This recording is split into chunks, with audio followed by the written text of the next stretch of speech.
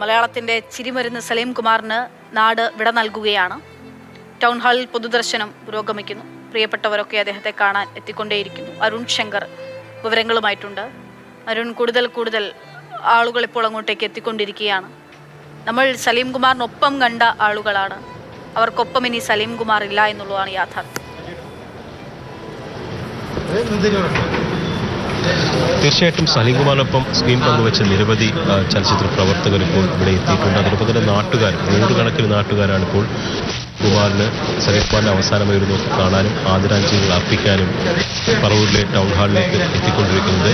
നേരത്തെ മോഹൻലാലിന് വേണ്ടി നിർമ്മാതാവ് ആന്റണി പെരുമ്പാവൂർ പുഷ്പചക്രങ്ങൾ അർപ്പിച്ചു. അല്പസമയത്തിനകം മുഖ്യമന്ത്രി വി ഡി സതീശൻ ടൗൺ ഹാളിലേക്ക് എത്തും. 11 മണിക്ക് എത്തുമെന്നാണ് അറിയിച്ചിരിക്കുന്നത്. അദ്ദേഹം പ്രിയ സുഹൃത്തായ സലീം കുമാറിന് അന്തിമോപചാരം അദ്ദേഹത്തിന്റെ കൂടപ്പിറപ്പിനെയാണ് നഷ്ടപ്പെട്ടത് എന്നതായിരുന്നു മുഖ്യമന്ത്രി വി ഡി സതീശന്റെ സമൂഹ മാധ്യമങ്ങളിൽ നടത്തിയ പ്രതികരണം. അത്രയേറെ അടുപ്പമുണ്ടായിരുന്നു സലീം കുമാറുമായിട്ട്. കാരണം ഒരു കോൺഗ്രസ്സുകാരൻ എന്ന ഇതിനപ്പുറം, രാഷ്ട്രീയത്തിനപ്പുറം വ്യക്തിപരമായ ബന്ധം കൂടി അദ്ദേഹം ഇരുവരും തമ്മിൽ ഉണ്ടായിരുന്നു എന്നതാണ് പറഞ്ഞിരുന്നത്. വി ഡി സതീശന്റെ എല്ലാ തെരഞ്ഞെടുപ്പ് ഘട്ടത്തിലും തെരഞ്ഞെടുപ്പ് ഓഫീസ് ഉദ്ഘാടനം ചെയ്യുന്നത് സലീം കുമാറായിരുന്നു. അതുമാത്രമല്ല, തെരഞ്ഞെടുപ്പ് പ്രചാരണങ്ങളിലും അദ്ദേഹം പങ്കെടുത്തിരുന്നു. കഴിഞ്ഞ തെരഞ്ഞെടുപ്പിലും അദ്ദേഹം പ്രചാരണം നടത്തിയിരുന്നു. കഴിഞ്ഞ മാസം മുഖ്യമന്ത്രി അതിനെ തുടർന്ന് പറവൂരിലെ പൗരാവലി നൽകിയ സ്വീകരണത്തിലും സലീം കുമാർ എത്തിയിരുന്നു. ആ സലീം കുമാറിനെ അവസാനമായി യാത്രയാക്കാനായി മുഖ്യമന്ത്രി വി ഡി സതീശൻ അല്പസമയത്തിനകം ഇങ്ങോട്ടേക്ക് എത്തും. ചലച്ചിത്രരംഗത്തെ നിരവധി ആളുകൾ ഇവിടെ എത്തിയിട്ടുണ്ട്. അതിലേറ്റവും എടുത്തു പറയേണ്ട ഒരാൾ സംവിധായകൻ കമലാണ്.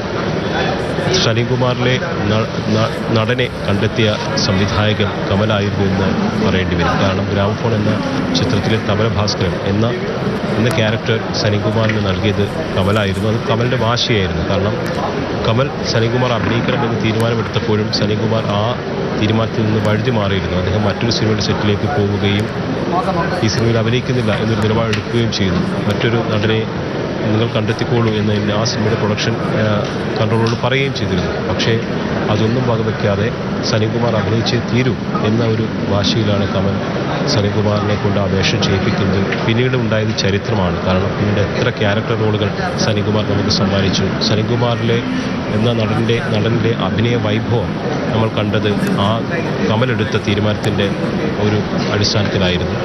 അതോടൊപ്പം തന്നെ കെ എസ് പ്രസാദ് എത്തിയിട്ടുണ്ട്. കെ എസ് പ്രസാദിനെ സംബന്ധിച്ച് സലീം കുമാറിനെ കലാഭവനിലേക്ക് കൊണ്ടുപോകുന്നത് കെ എസ് പ്രസാദാണ്. അതോടൊപ്പം തന്നെ അദ്ദേഹത്തിൻ്റെ ജീവിതത്തിലെ ഏറ്റവും പ്രധാനപ്പെട്ട മറ്റൊരു വ്യക്തി എന്ന് പറയുന്നത് നാദിർഷയാണ്. അവരൊരുമിച്ച് കലാഭവനിലും അതോടൊപ്പം തന്നെ കോമഡി കാസറ്റുകളിലൊക്കെ പ്രവർത്തിച്ചിട്ടുണ്ട്. പക്ഷേ അതിനപ്പുറമുള്ള ഒരു വ്യക്തിബന്ധം ഇരുവരും തമ്മിൽ ഉണ്ടായിരുന്നു എന്നുള്ളതാണ്. കാരണം ഇഷ്ടമാണ് 100 വട്ടം എന്ന സിനിമയിലേക്ക് സലീം കുമാറിനെ കാസ്റ്റ് ചെയ്യുമ്പോൾ അതിനുവേണ്ടി ആവശ്യപ്പെട്ടത്, അല്ലെങ്കിൽ സംവിധായകനോട് ആ റോൾ സലീം കുമാറിന് നൽകണം എന്ന് ചാൻസ് ചോദിച്ച, സലീം കുമാറിന് വേണ്ടി ചാൻസ് ചോദിച്ച വ്യക്തി നാദിർഷയായിരുന്നു. നാദിർഷ പല സിനിമകളിലും സലീം കുമാറിന് വേണ്ടി ചാൻസ് ചോദിച്ചിരുന്നു. അദ്ദേഹം തന്നെ ഇന്ന് എഴുതിയ ഒരു അനുഭവം എന്ന് പറയുന്നത്, സലീം കുമാറിൻ്റെ വിവാഹം നടക്കുമ്പോൾ നാദിർഷ ഒരു ഷൂട്ടിംഗ് ലൊക്കേഷനിലായിരുന്നു. ആ ലൊക്കേഷനിൽ നിന്ന് കല്യാണത്തിൽ പങ്കെടുക്കാൻ ആദ്യം നാദിർഷയ്ക്ക് അനുമതി ഉണ്ടായിരുന്നില്ല. സംവിധായകൻ പോകണ്ട എന്നായിരുന്നു പറഞ്ഞിരുന്നത്. പക്ഷേ സലീം കുമാർ പറഞ്ഞു, നാദിർഷ വന്നില്ലെങ്കിൽ ഞാൻ താരം കെട്ടില്ല എന്നൊരു നിലപാടെടുത്തു. ആ നിലപാടിന് മുന്നിൽ അവസാനം നാദിർഷയ്ക്ക് വഴങ്ങേണ്ടി വന്നു, ആ സംവിധായകന് വഴങ്ങേണ്ടി വന്നു എന്നുള്ളതാണ്. അപ്പോൾ വ്യക്തിബന്ധങ്ങളിൽ പോലും ആ കാർക്കശ്യം കാത്തു സൂക്ഷിച്ച വ്യക്തിയായിരുന്നു സലീം കുമാർ. അതുകൊണ്ടാണ് ഈ ആളുകളൊക്കെ തന്നെ സലീം കുമാറിനെ യാത്രയാക്കാൻ വേണ്ടി പറവൂരിലെ ടൗൺ ഹാളിലേക്ക് എത്തിക്കൊണ്ടിരിക്കുന്നത്.